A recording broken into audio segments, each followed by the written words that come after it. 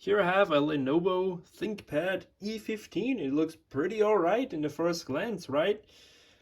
Well, I got this for very cheap, and that has a good reason. From here, it looks almost brand new, doesn't it? Look at that. Core i5, no scratches, nothing. However, here it says MM defect. That means defect is German, means not working or broken. MM, I have no idea what they mean by MM, because what is broken in this is the motherboard. And what is this supposed to mean? Motherboard? Or it's not even German. In German it would be Hauptplatine or something. And so, yeah, I did unscrew this already. And we are greeted here with the inside. So, this being a very recent machine, I thought this had actually a warranty still, but apparently it doesn't anymore, which is a bit of a shame. But Lenovo's are just known to have faulty boards. It's just, it happens exceptionally often, I might say, on Lenovo's. With that said, that's not great, but they can be swapped out pretty easily. So this is actually a i5 model, and we will actually downgrade this because I got a really good deal as well on the board. Here from Aliexpress, I bought a Core i3 board.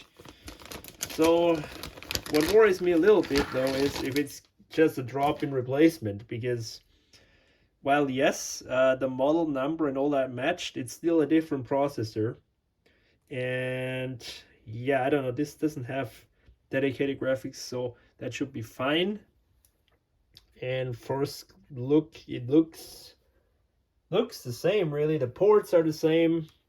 Here doesn't have many ports, just USB-C, a HDMI, and an aux jack, and the rest is connected via different cable. The battery will unscrew, of course, but yeah, I mean, it should be straightforward. And I talk from experience because swapping boards on Lenovo's is usually really easy. So yeah, we're just gonna try that. But before I'll actually try to boot this, because I've never ever tried to boot it, because I was just a trustful person, you know? So maybe here it's magically working. Yeah, I totally doubt that. Let's see what it's doing. Nothing at all.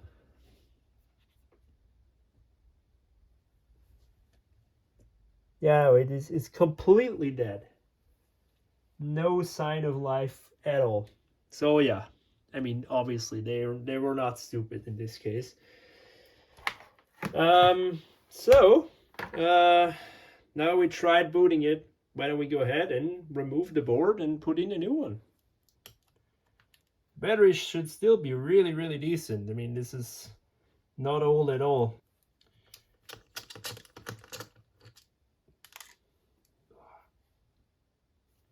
This is how easy you screw out a battery in a ThinkPad. No glue strips, no clips, no disassembly of the whole computer. Just that. So now we go ahead and probably remove the RAM next. I mean, it doesn't really matter, does it? So this has this cool heat sink or heat shield, or I don't know what this is supposed to be. Some protective thing of the RAM. So that is on here. It needs to go on a new board too. So yeah, a new one doesn't have that. So I'm just gonna move that over then. And here is a RAM stick. I don't know how much it is. Oh, 16 gigabytes. Sweet, awesome. I'll install that later. Next, here, this is the wireless card, I suppose. Yeah, it's for sure the wireless card with the two antennas here. So we're gonna do that. You know what, actually, why don't we move this all over one by one on a new board? It's not bad practice. So here is the new board, and just gonna put it here. My old one is broken anyway. So now first we install that. That goes here with its screw. There's that. The RAM thing. different like that. Yep. That thing is a bit interesting, but it's like some protective casing or I don't know. Is there anything more to move over?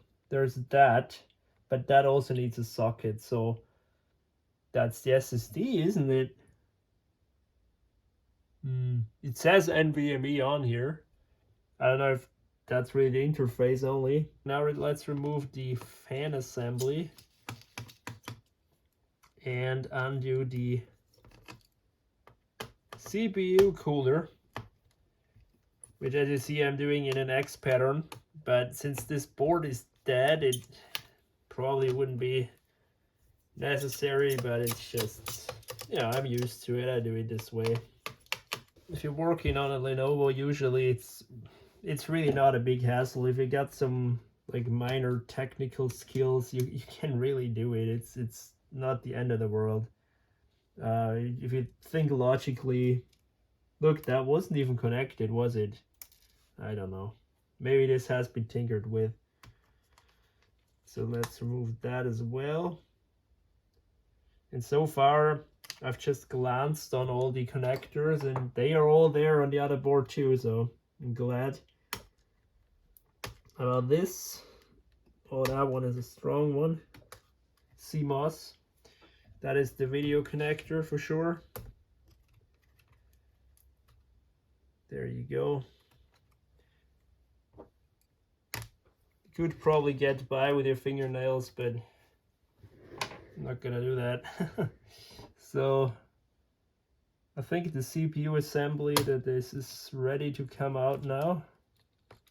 No, there's one more. And also they use screws which cannot be lost. So you know what? This is the ghetto edition again, but I'm just gonna do it like that. Can't be bothered doing all this finagling here. And yes, I will clean it, don't worry. I see here the hinge assembly kind of holds down on the board, so I think we'll have to unscrew that as well and flip it up so it can be moved out of the way. And that one for sure too. Yeah, now I saw it moving. Maybe it doesn't even need to be moved out of the way. I don't know. Yeah, this is probably fine. There we go. Aha, no, we got more. We got under here as well. 2 connectors. And we have liftoff. There it is, the old board is out. That took me, with filming, 10 minutes. The rest was just blabbering from my side. So you can do this, guys. If you want to try this, try it out. So now in for the new one. I'm gonna flip that up for the new board to go in easier. And first thing is that, so I'm gonna lay it down like that and connect those two. Right, number 1.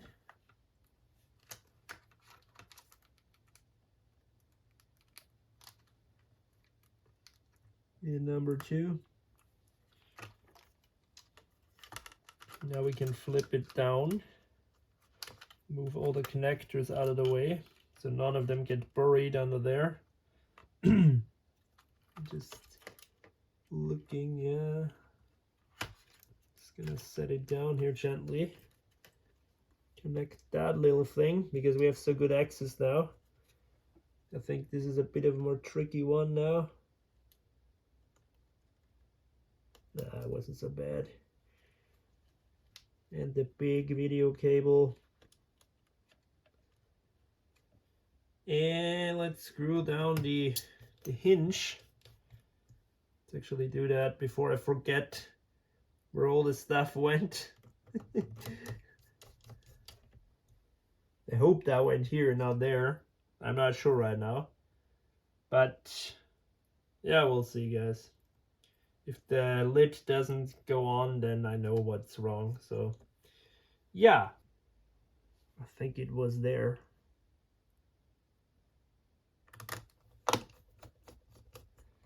Yeah, okay.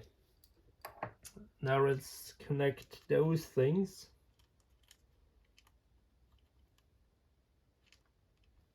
That here is trackpad, if I'm not wrong.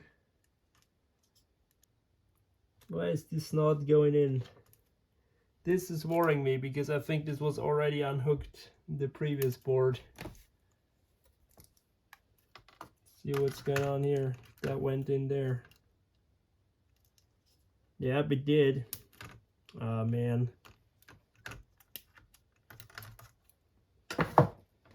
We'll leave that for later. It probably isn't that big of a deal, but it's worrying me a bit. Let's do that. Let's undo the old thermal paste and replace it with a new one. Maybe that's even too little for once. Yeah, just gonna leave it at that. Now let's fold that contraption over.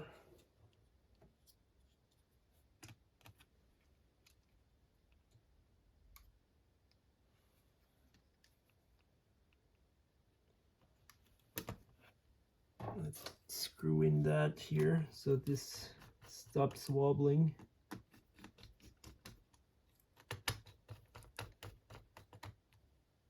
And now let's do the cooler. Again on an X pattern so we don't snap the CPU in half. That would be tragedy. Where did that go?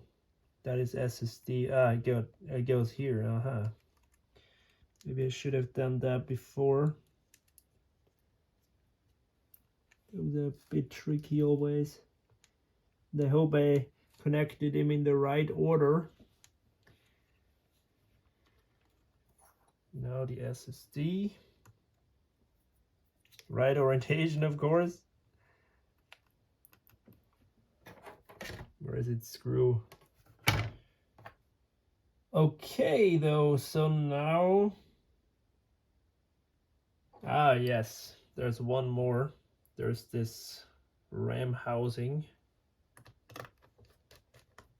And now we're only left with the screws for the battery. But before I put the battery in, I still have to tackle the elephant in the room here. That thing is a bit reluctant to connect. And I don't know why though. I don't know why. Thankfully it went in. Okay, needed a bit persuasion, but there it goes. So now let's just double check. CMOS, speaker, video cable, hinge, CPU, wireless card, SSD. We didn't touch any of this. Yeah, let's put in the battery and hope this thing comes to life.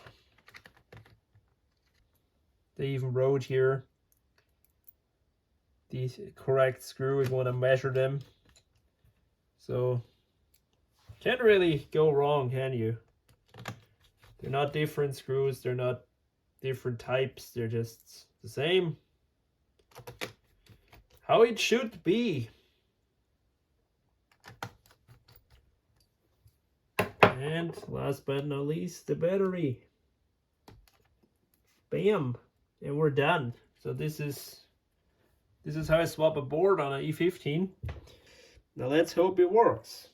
Alright, so I don't think the battery has a charge, but we can give it a shot.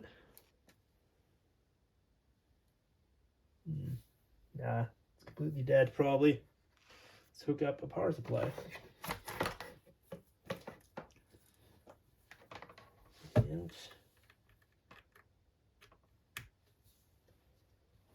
we see a light, which was not there before. Ooh. I see the fan spinning. Turn on its own. I see the keyboard light went on.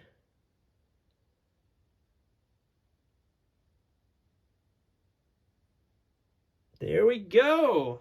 And another Lenovo saved. Yeah, of course, it's doesn't have any bias settings because it was unplugged from the CMOS. But that's nothing we can't fix. I'm just gonna let it do its thing for a moment. And yeah, the fan turns. I just hope my last concern is that I put that one screw in the hinge in correctly. That's really the only thing. Yep, we're gonna do all of this later. There's a working, put back together E15 ThinkPad. So I need to put in the plastic clips everywhere, but yeah, no, that should be good. Now we can remove first this, which is not true anymore. Nothing is defect anymore in this thing. It's gonna beep at me again, super loud manner. Why is it turning on and off again constantly? What is it now? What the hell? Damn, I just fixed you. You can't be broken again now. So I'm gonna try the following. I'm gonna leave it on a charger for a couple of hours, maybe. I don't know. Because I googled and the blinking LED says the computer is in sleep. I don't know. It's a bit weird. I've never had a one doing that, what it does, but you saw it was working. I doubt that it's killed the new board. Like it's impossible, really. But that did not fix it actually. I tried unplugging the battery a couple of times and cycling it and unplugging the CMOS and plugging it back in, and it would briefly fire back up when it had the CMOS battery removed and plugged back in again. And so I ordered a new CMOS battery and the problem was fixed. So it was actually a faulty CMOS battery that caused this problem with the startup. Now I doubt that it had only a broken CMOS in the beginning because when I got it in, it actually did do nothing, and so it didn't even charge and nothing. So that CMOS was also broken. So that's not an expensive repair. It's also not hard to get to. You just undo the battery again, and it's under there. And now we have a fully working Lenovo ThinkPad E15, and it's in brilliant condition, and it's also an i5, which is yeah basically how it was. It's completely the same configuration as before. And yeah, so thanks for watching anyway. It's a pretty simple process as you saw, and yeah, good luck fixing yours.